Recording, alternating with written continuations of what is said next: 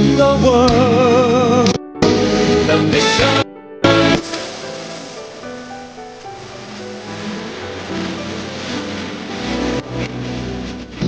Let us burn to know Him deeper. Let us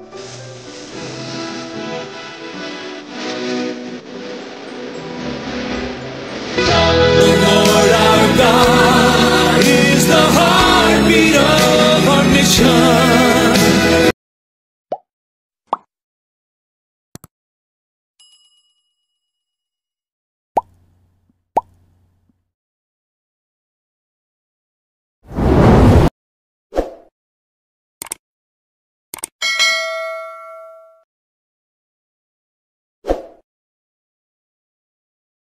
Good morning, Philippines!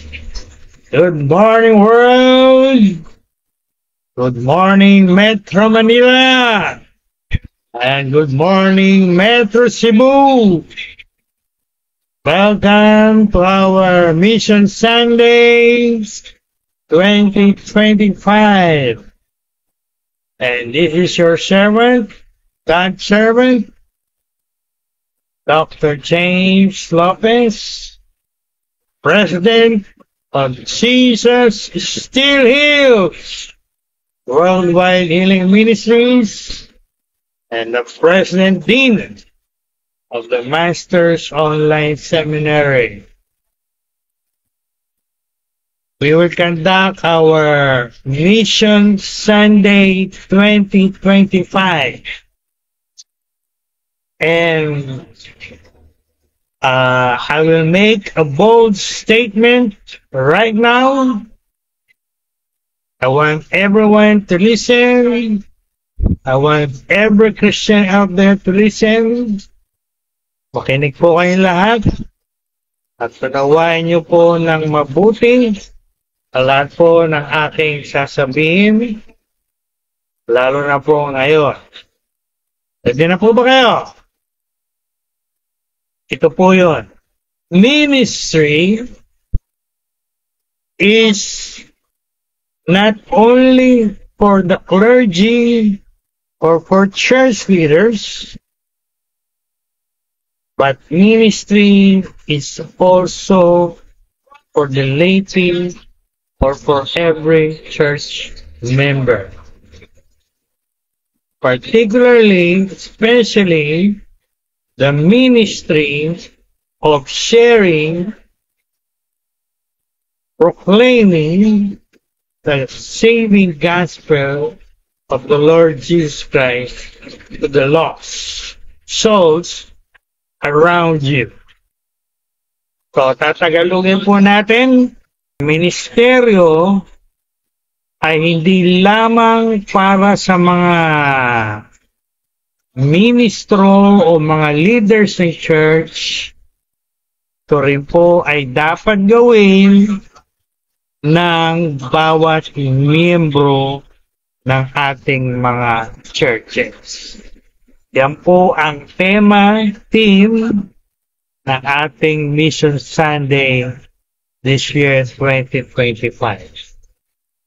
And I entitled it, Every Member is a Minister teaching the church in the spirit of the book of Acts. Alright? So, yan po ang ating tatalakayin. Yan po ang ating i-discuss. Yan po ang ating pag-aaralan sa umagang ito. Ministry is not for the clergy or church leaders alone, but ministry is also for every member of our church. And I want that great statement, that great truth, to sink inside your spirit, inside your mind. Payagan po natin na yung katotohanan yan ay pumasok, matanim sa ating puso at sa ating isipan. Ngayon pong umagang ito sa ating Mission Sunday 2025. Bakit po natin dapat isipin, payagang matanim niyang katotohanan na yan sa puso at isipan natin? Because for too long a time, sa matagal na panahon, ay pinaniwalaan po natin yung konsepto o yung kasinungalingan ni Satanas, the lie of Satan, na ang ministry ay para lamang sa mga church leaders, para lamang sa mga ordained ministers, at hindi para sa mga members ng ating church. Well, you might ask, we need to revisit this morning God's purpose for the so-called ministry gifts. Bakit po binigyan tayo ni Lord ng tinatawag na ministry gifts sa church? Apostles, prophets, evangelists, pastors, teachers. What is the purpose of the ministry gifts written in Ephesians 4:11 to 12? Well, as a theologian, I know God is a God of purpose. Ang pagbibigay po, paglalagay ni Lord ng tinatawag na ministry gift sa church, ay meron po yung purpose, merong intent. So ano yung purpose, ano yung intent ni Lord nang binigay niya o nilagay niya yung tinatawag na ministry gift sa church? So basahin po natin, reviewin natin yung nakasulat sa Ephesians 4:11 to 12. At very clear po dito, binibigyan din po dito na ang purpose ng ministry gifts ng mga evangelists, pastors, and teachers, including prophets and apostles, is to mature the body of Christ, to help them grow mature spiritually, and not only to help them grow mature spiritually, but to equip them, to equip every Christian for the work of the ministry, that every member in our church should do the work of the ministry. Hindi lamang po yung ating mga pastor, hindi lang yung mga church leaders, kundi every member in our church must be equipped. And after they are equipped, they must do the work of the ministry. Yan po ang nakasulat na maliwanag sa Ephesians 4:11 and 12. Let me read that to you from the Amplified Bible. Verse 11. And his gifts were varied. He himself appointed first apostles, second prophets, third evangelists, then pastors and teachers. Ano po sabi sa verse 13? His intention was the perfecting, the maturing of the saints, of the people of God, of our members in our churches, and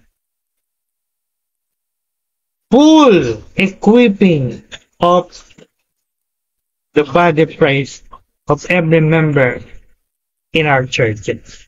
So very clear po dito. Intent or purpose ni Lord why He gave or appointed the so-called ministry gift in the church to equip.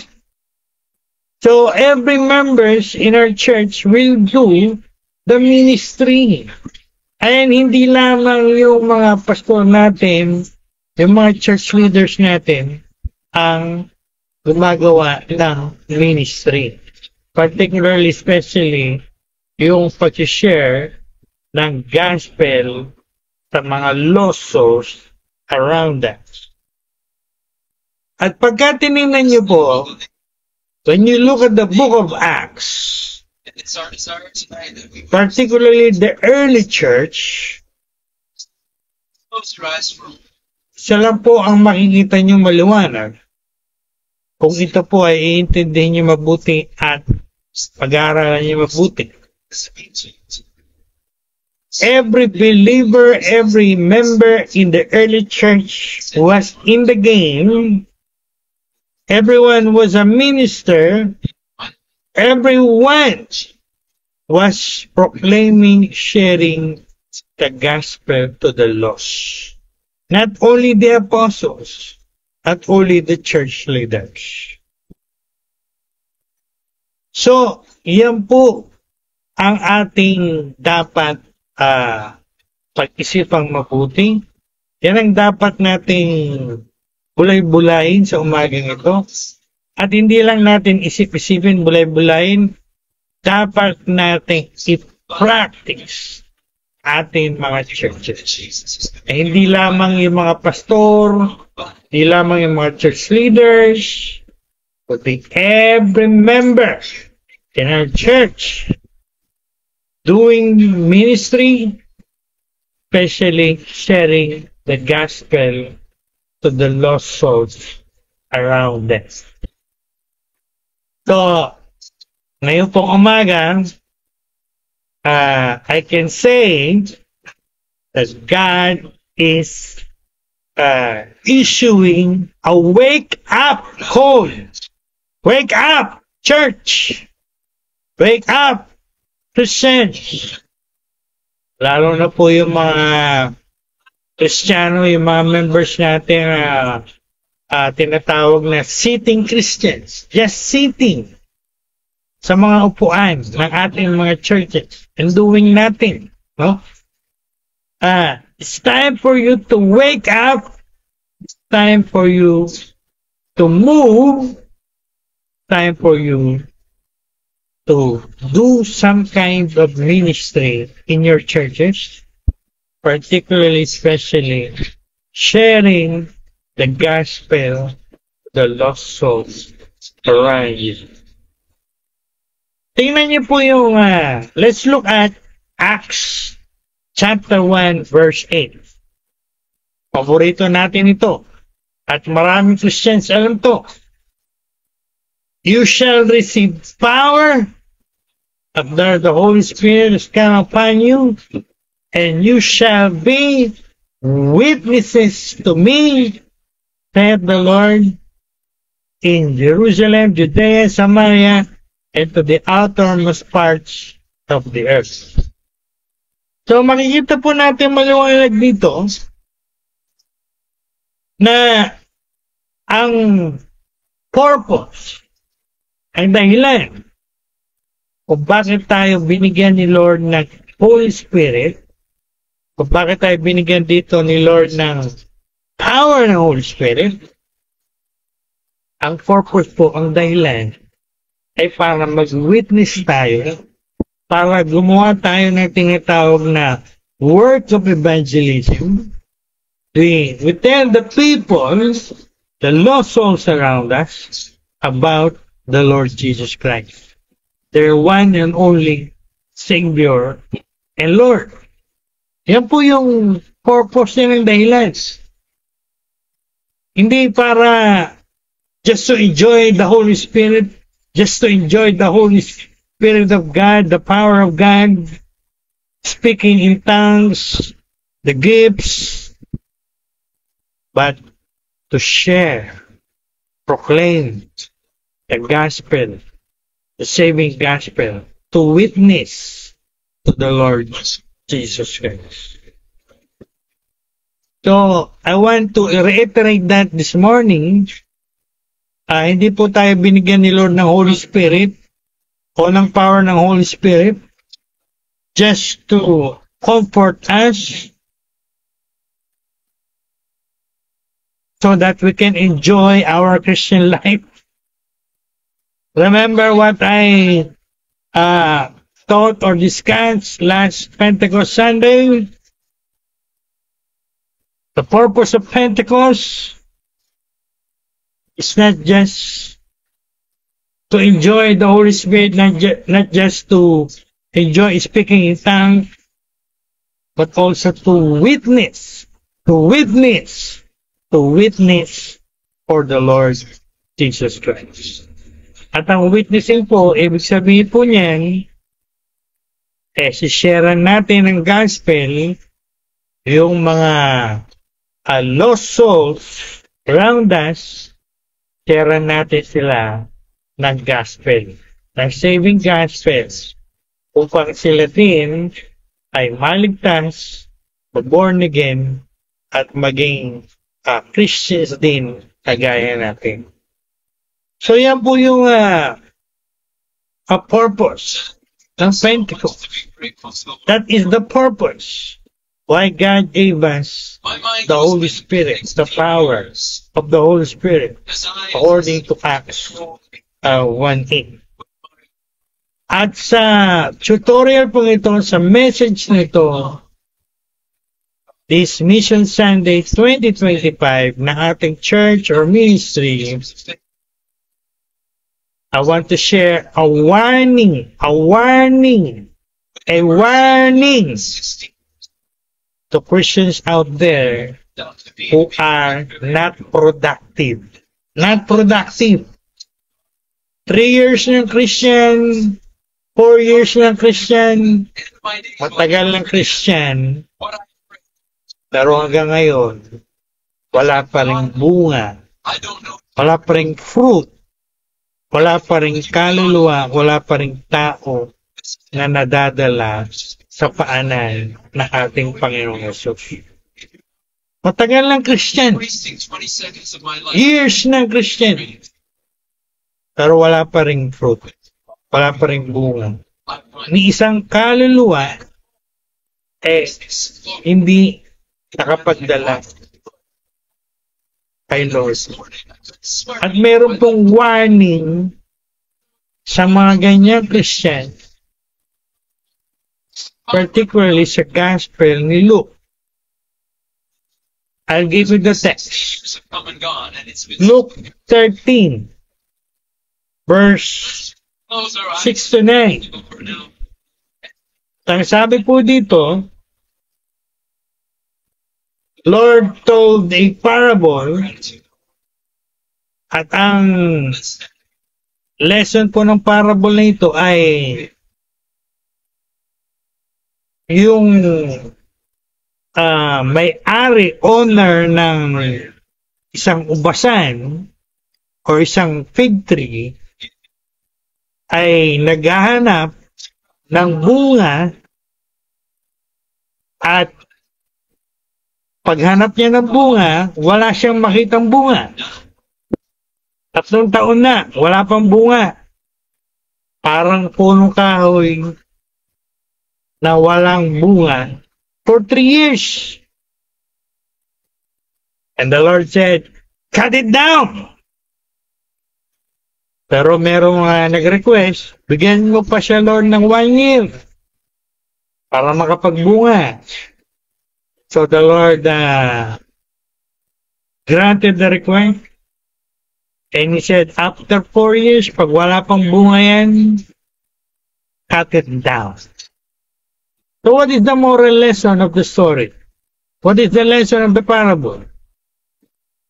It is a warning to every Christians out there. Matagal na kayong Christians. Matagal na kayong members ng church nyo. Pero wala pa rin kayong bunga. Wala pa rin kayong kaluluwa, tao na nadadala kay Lord Jesus, na nadadala sa inyong church. Again, remember what the Lord said in that parable. The Lord said, this is a warning to all of you. He said, cut it down. So, meron pong warning si Lord sa mga Christians out there, lalo na yung mga matatagal na Christians, 3 years, 4 years, even 10 years ng Christian, pero ni isang bunga, ni isang kaluluwa, ni isang tao na naliligaw na ng Dutch, wala pang nadadala kay Lord o naakay sa Diyos. Pag-isipan niyo po mabuti, think about that warning. And I want that warning to be taken seriously by everyone who claim to be Christians out there. Lalo na yung mga members natin sa ating mga churches na matagal na Christian, pero hanggang ngayon, wala pa rin bunga. Alright?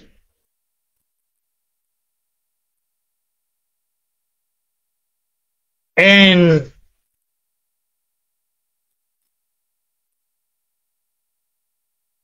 I want to reiterate that this is a warning from the Lord, no? So kailangan po ay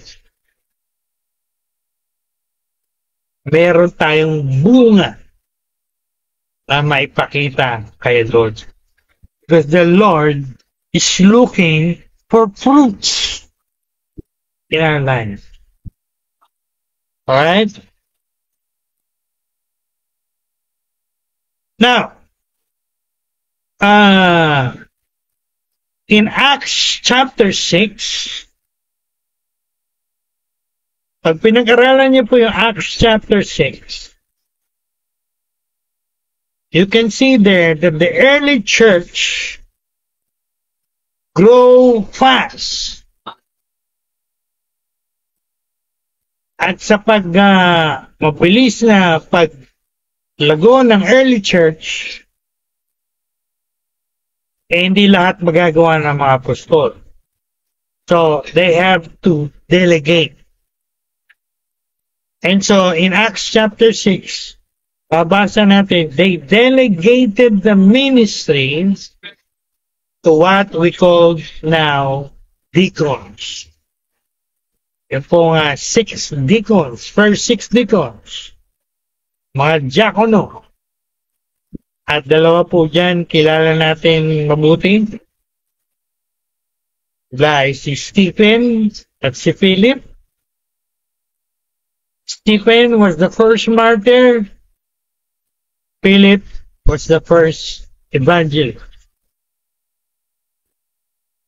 And ito po ang gusto kong bigyan diin. Ito pong dalawang ito ay hindi apostle. Di po sila called to be apostles. Di sila apostol. But they preach. They proclaim the gospel.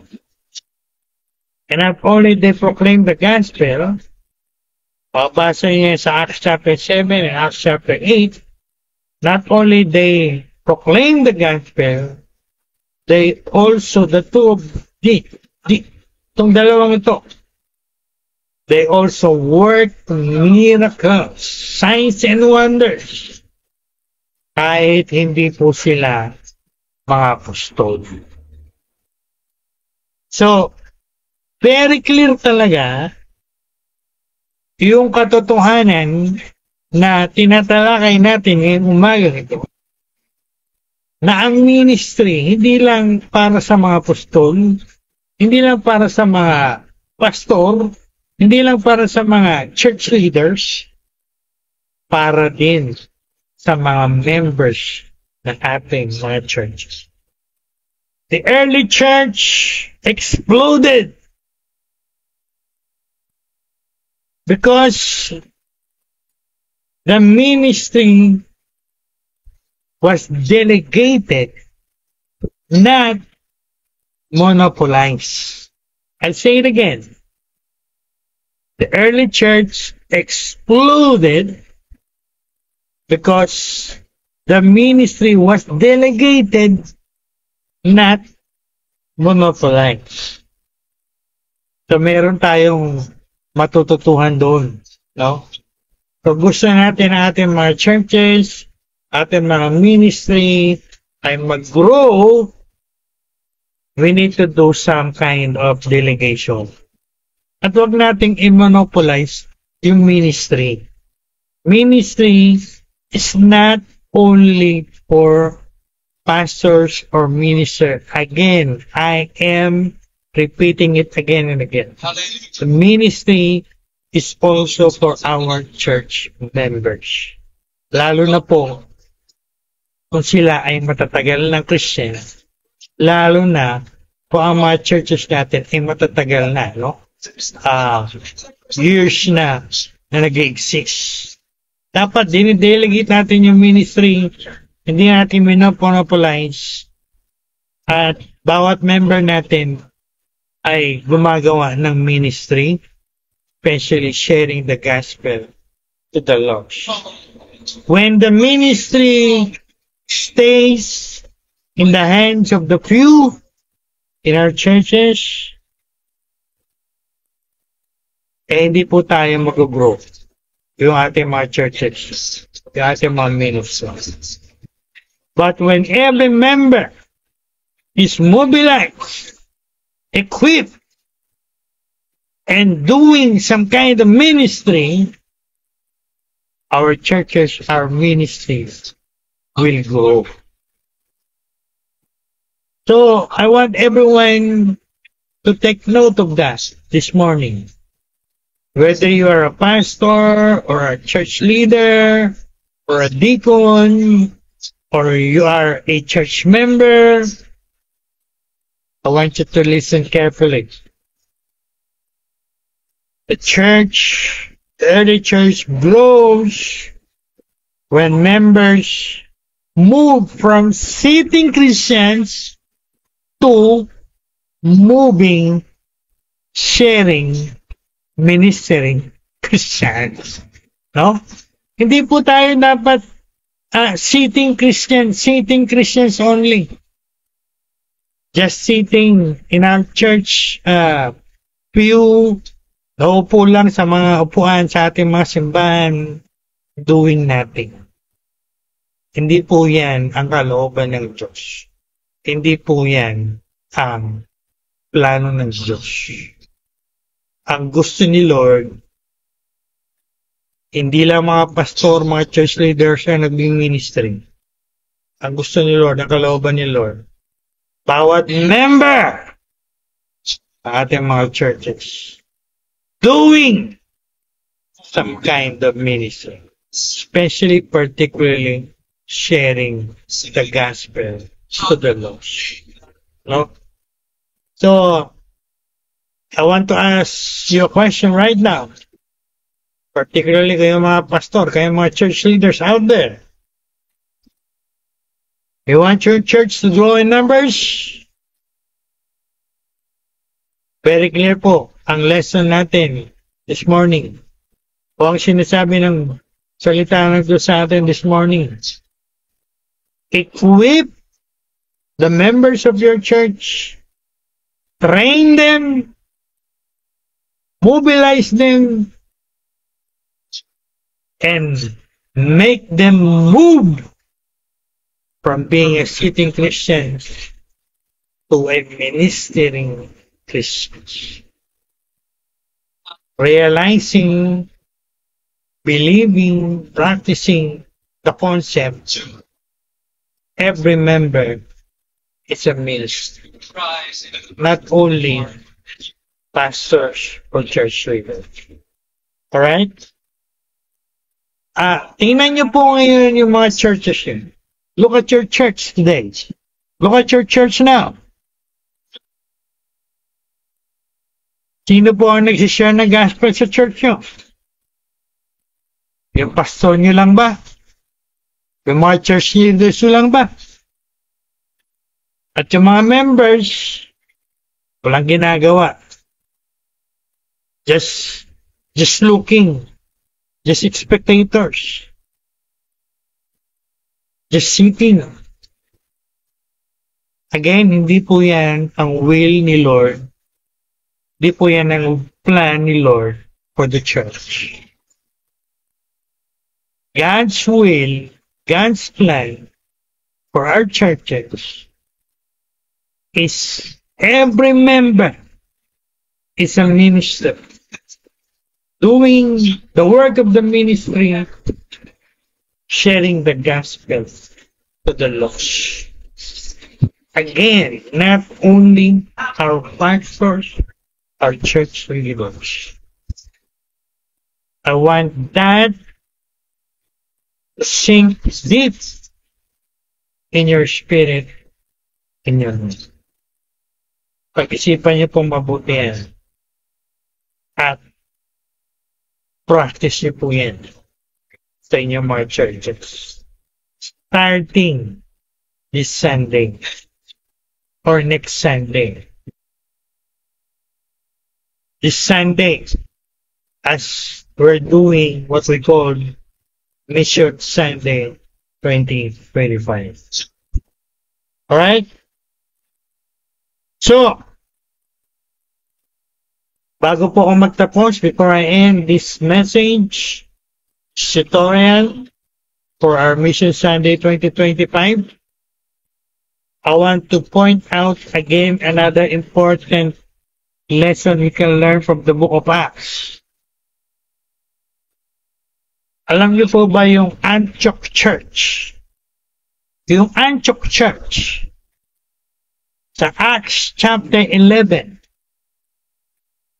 Sa mga nag-aral, you know that Antioch Church in Acts 11 is the very first Gentile church.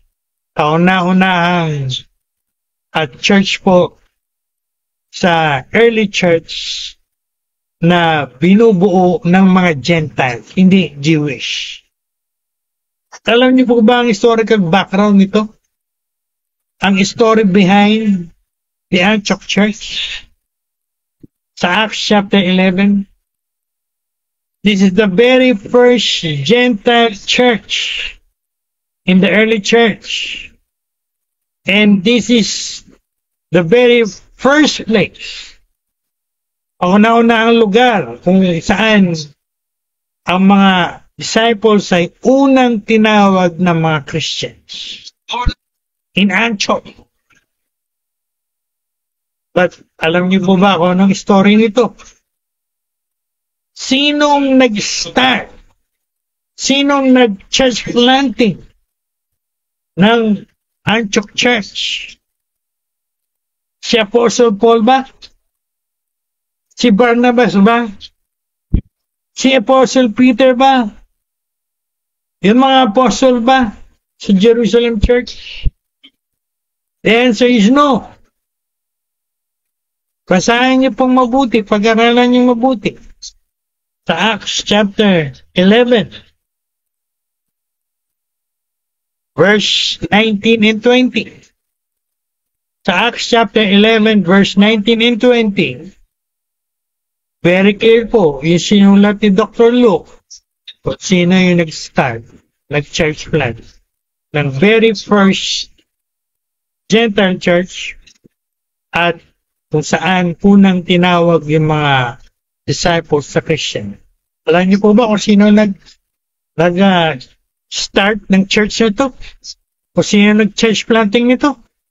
Hindi po mga apostol, hindi mga church leaders, kundi mga members ng early church. Members only, not the apostles. You can read that in verse 19 and 20 of chapter 11 of the book of Acts. Ang sabi po dito,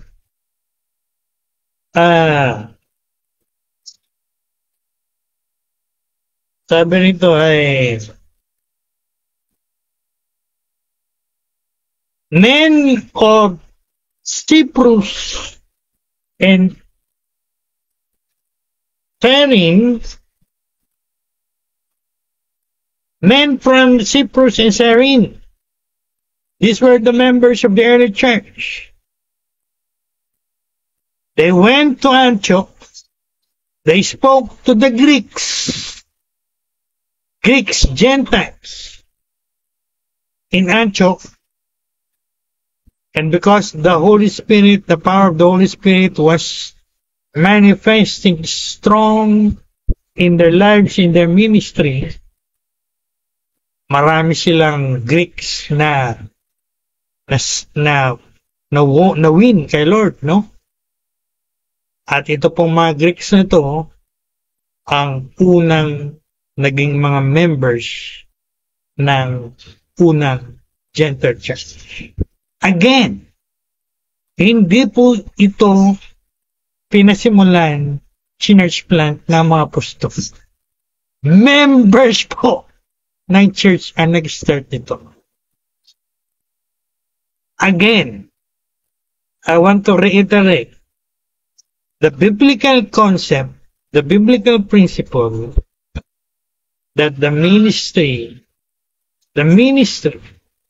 is not only for pastors, church leaders. Ministry is also for members, for our church member. Every member is a minister. That is a biblical principle. That is a biblical concept. So, very clear po yung nakasulat sa Acts 11, no? Verse 19 to 26. The very first Gentile church where disciples were first called Christian was started, planted, not by the apostles, but by church members. Pumasok lang po dito sila Barnabas and Apostle Paul after na pasimulan ito, ma-plant ito ng mga members ng early church. So, very clear, no? Sa early church, sa Book of Acts, ang ministry hindi lang naka-confined or limited or monopolized by the apostles. Every member doing some kind of ministry. Every member sharing the gospel to the lost. In Acts 11, even members doing church planting, starting churches. Wow. Isn't that great? That's amazing. So, again, yan po yung dapat nating unawaan, dapat nating ma-realize, dapat nating matanggap na revelation this Mission Sunday 2025. And as my conclusion, recap, and application, let's wrap up these wonderful lessons that we are seeing clearly from the Word of God. Again, I'll say it again. Ministry is not only for clergy or church members or church leaders. Ministry is also for the clergy or church members. Huwag nating aniwalaan yung konsepto na ang ministry ay para lang sa mga church leaders. Ang biblical concept ay every member of our church is a minister, must be doing a ministry, especially the ministry of sharing the gospel to the lost. And the New Testament, particularly the book of Acts, clearly show that to us as we discussed this morning, mga text, mga verses from the book of Acts. From Acts chapter 1, verse 8 to Acts chapter 6 and to chapter 11. So, very clear po yan. You cannot argue against it. It's very clear, implicit in our Bibles, in our New Testament. So, I want to ask you this morning, how about your church? Kumusta po ang inyong church? Active po ba yung church niyo? Hindi lang mga pastor, hindi lang mga church leader. Active din po ba yung mga members niyo? Sa pag-evangelize, pag-witness, sa pag-uwi ng souls. Are they on fire? Are they on the move? Doing some ministry? O sa church nyo mga pastor, mga church leaders lang ang gumagawa ng ministry. That must be changed. Again, tingnan niyo po yung nakasulat sa mukha ko. Every member was a minister. Even to the point of starting a church in Antioch. The very first Gentile church, where disciples were first called Christians. And what about you? Ikaw, Christian, na nanonood ng video ito. Are you just a sitting Christian? Just sitting in your church every Sunday, doing nothing. Narinig niyo po yung sinare ko ditong warning sa mga unproductive Christians. And I want to say also, declare also, as God's servant, ang hindi po pag-share ng gospel, it is a sin. It is a sin. It is a sin. Baka matanong yung bishop, saan hindi ka mag-share? Yes. It is a sin of commission. Not sin of commission, but sin of omission. Ano po yung sin of omission? Sin of omission, many Christians are guilty of sin of omission. Sin of omission means, alam mo, dapat mong gawin.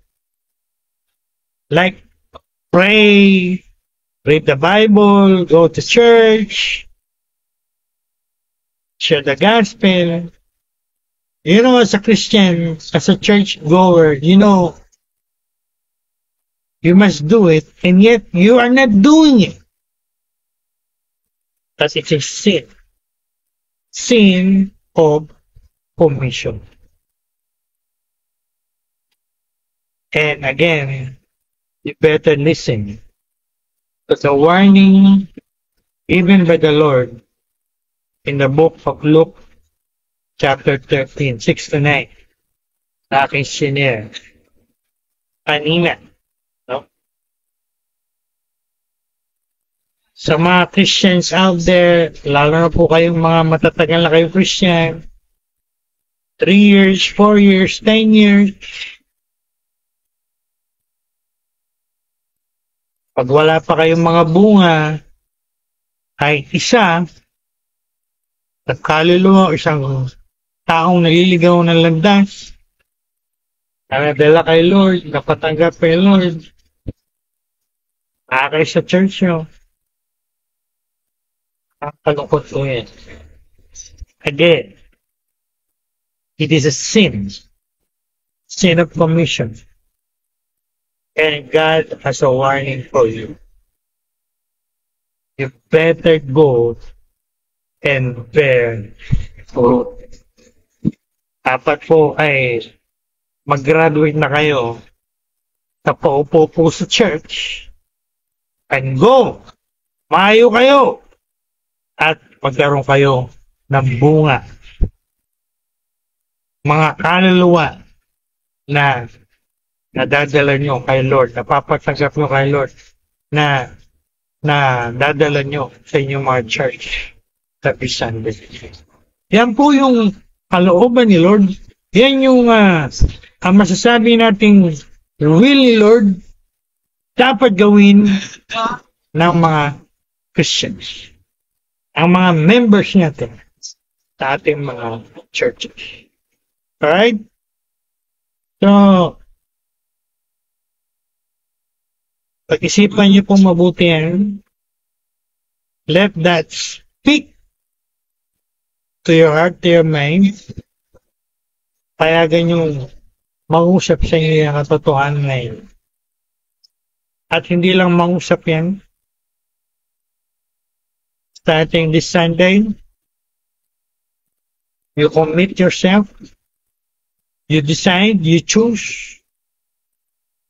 Say, like the prophet Isaiah, yes, Lord, here I am. Use me. I will go. I will bear fruit for your glory. At huwag tayong manatiling po lang, doing nothing in our churches. If you've been on the church pew, just sitting for a long time, doing nothing, just sitting,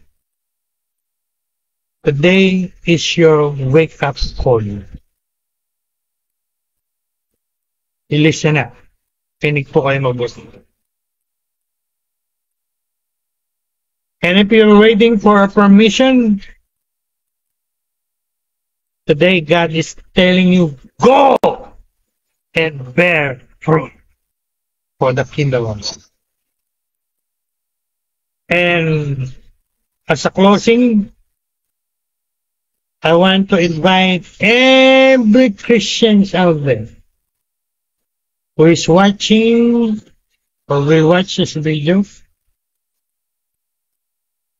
Christians who are ready to step out and go and bear fruit and share the gospel to the lost souls around you. If you are a Christian who are ready to do that, stand up where you are. Let's say this. Yes, Lord. Here I am. Send me. Use me. Help me share the gospel to the lost souls around me. Help me bear fruit for your kingdom. Beloved, mga minamahal na mga pastor natin dyan, mga minamahal natin mga members sa ating mga churches. Very clear po ang message, ang revelation ni Lord sa ating sa umaga ito. As we do this Mission Sunday 2025 this Sunday. Every member in our church must be a minister. Not only pastors, not only church leaders. Every member. Especially pagka kayo po ay matagal ng member ng mga church. Alright? So, surrender yourself to the Lord. Yield yourself to the Lord. Say yes to the Lord. Tell Him, yes, Lord, I am a minister. I will do my ministry. I will not be a sitting Christian anymore. I will share the gospel to the lost. I will witness to you. I will go out and bear fruit for your kingdom. Alright? At kung yan po ang inyong choice, yan ang inyong decision, yan ang inyong determination, let's all pray. Let's pray right now. Pray natin yung ating mga pastor na maging maliwanag sa kanila yung purpose ng ministry gifts. This to equip the body of Christ, your members, so they will do also the ministry. They will help you in the ministry. Di lang sila sitting, di lang sila spectators. Yan ang dapat tanongin niyo sa iyong mga sarili. If you are equipping or training your members for the ministry. We will pray for Christians out there. Pray natin na hindi sila manatiling nakaupo lamang, walang ginagawa sa kanilang mga churches. Ma-pick up nila, mag-grasp nila, matanim sa kanilang mga puso at isipan itong revelation na ito, itong biblical concept na ito. Every Christian, every member is a minister. And one day, they will go out and do the ministry of sharing the gospel to the lost. Alright? Let's pray.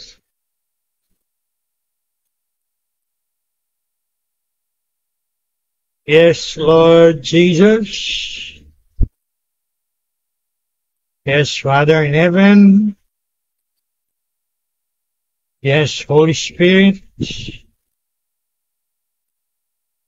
Yes, Lord, we pray. Ignite our hearts today with the fire of the Holy Spirit. Yung aming po mga pastor out there, pastors out there, put the fire of the Holy Spirit in their hearts, Lord. They will be on fire. Kanilang pag-train, pag-equip, alam mga members, the work of the ministry. Ma-realize niyo, Lord, itong revelation na ito. That the ministry is not only for church leaders, it's only for every member of our church. But for Christians out there, we pray, lalo na po yung mga Christians, doing nothing, just sitting in their churches every Sunday. Na-realize nila, Lord, mag-get nila itong revelation ito, itong concept na that every member is a ministry. That the ministry is not only for pastor, for church leadership. The ministry is for them as well. That they are ministers also. And they must do also the work of the ministry as written in Ephesians 4:11 and 12, that the body of Christ will be matured and will do the work of the ministry. Lord, tala po ang mga pagbabago ng aming mga puso, aming mga isipan. And I pray for pastors out there, I pray for Christians out there. Pray for all of them right now. Faith believing. Said in your word will not return to you void. Will accomplish what you please. Nangyari sa amin lahat, Lord, according to your word. Thanks a trillion. We give you praise, we give you praise, we give you praise, we give you all the glory. Sa lahat ng revelation, sa lahat po na aming natutuhan, sa lahat na aming nawalawan sa umagang ito. Bless us, bless our churches, bless our pastors, bless us, ministers, bless our members. At lahat po, pinagkakatuwala namin sa iyo. We pray all of this in faith, believing. No doubt. Believe you answered this prayer according to your will. Thank you for all your answers that answering our prayers. Thank the Lord. We give you praise. We give you all the glory. We worship you in this morning. Spirit and the name of our Savior, Lord Jesus Christ, the Son of God. Everybody says, Amen and Amen. Hallelujah. Yes, Lord Jesus.